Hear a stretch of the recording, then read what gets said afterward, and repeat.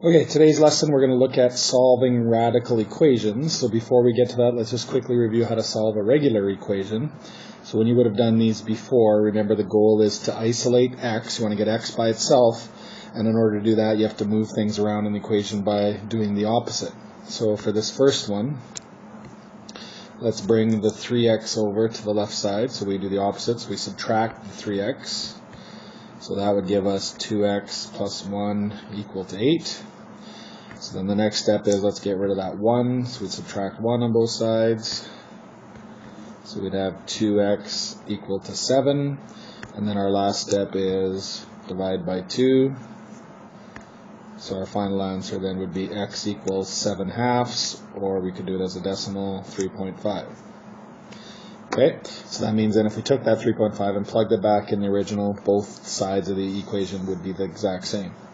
So when we're solving radical equations, they're going to look very similar, except there's going to be a square root involved. So if we do this example first, we can see we have a square root in the equation. So what we need to do in order to solve these, just like before, we want to isolate the x, but before we do that, we need to get the square root by itself on one side of the equation. So in this case, we have the square root already by itself, the square root of x plus 5, so it is isolated.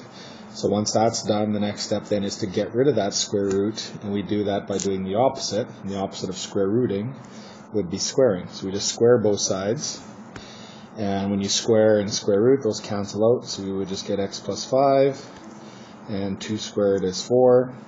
So now to solve it, subtract 5 on both sides, just like we did before. So our final answer is x equals -1. So when you're doing radical equations, the only thing you want to do at the end is double check to make sure that it works. So if we put -1, let's just go back to the original. If we put -1 into the root, so -1 plus 5 is the square root of 4. Square root of 4 is 2, so 2 equals 2. It's good, so that means, right, we get both sides of the equation sign being the same, so that means x equals -1 is a valid answer.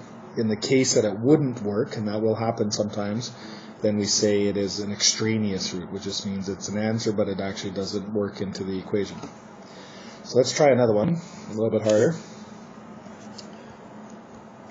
So if I give you 3 times x minus 2 under the root plus 4 equal to 13. So when we solve this, what we want to do is the same thing. We want to get the x by itself, but before that, we got to get the root by itself. So we'll get rid of the 4 first.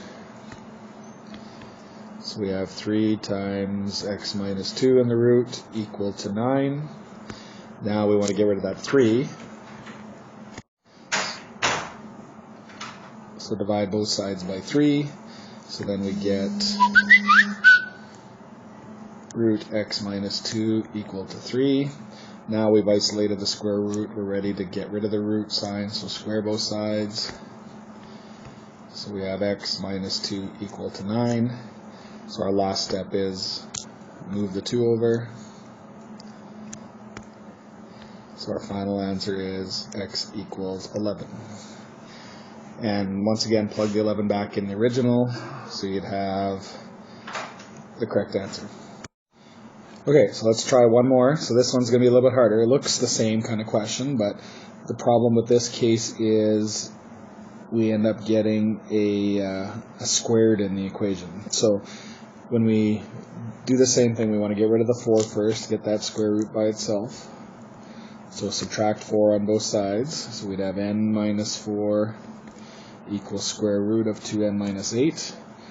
So now when we square both sides, this is where you run into the problem. So we square the square root, that's good, but now when we square this side, we have to square the whole thing. So we end up getting on that side, we have n minus 4 times n minus 4. So if we FOIL that out, we have n squared minus 4n plus 16.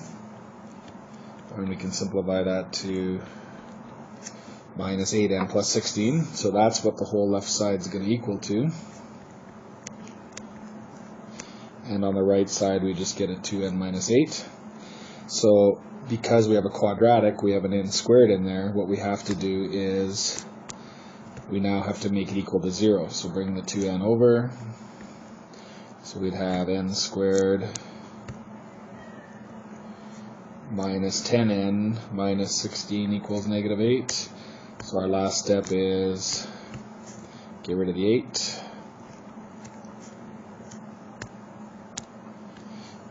Okay, so we should get n squared minus 10n, that was plus 8, so we have minus 8 equal to 0. So in any of these kind of cases, if you end up getting a squared, in this case we have an n squared, then we have a quadratic, so in order to solve this, we actually have to solve this by either factoring, by graphing, using a solver. We have to use some sort of method in order to get those answers. And in this case, I think we get decimals. If we try factoring it, we'd have 4 and 2, that doesn't work, 8 and 1 doesn't work. So we run into a bit of a problem with these n squared. So the good news is you won't get many of these, but you do have to know how to solve them.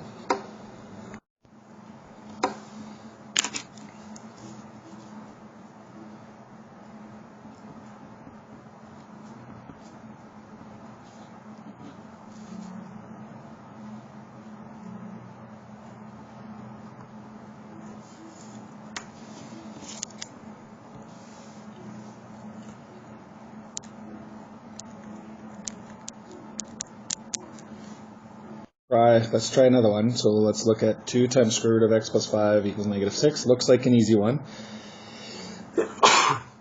And it is. So the only trick to it is when you solve it, we divide by 2. So we'll get root x plus 5 equal to negative 3. Now we want to square both sides. So when we square the negative 3, we got to be careful because we'd actually get negative 3 times negative 3 is 9, so we'd have x plus 5 on this side equal to 9, and we subtract our 5, and we're done. So minus the 5 on both sides, we get x equals 4. So 4 looks like it works out properly, but let's go back and plug it in. So if we go 2 times 4 plus 5 equals negative 6, so 4 plus 5 is square root of 9, which is 3, so 2 times 3 is 6. Is 6 equal to negative 6? No. So because it doesn't work, even though mathematically we got an answer of 4, it doesn't work when we plug it back into the equation. So what we do in that case is we say there's no solution. And the reason for that is because x equals 4 was an extraneous answer. So it's important to make sure you double check just to see if there actually is an answer or not. So in this case there wasn't one, so we just say there's no solution to the question. And we'll stop there.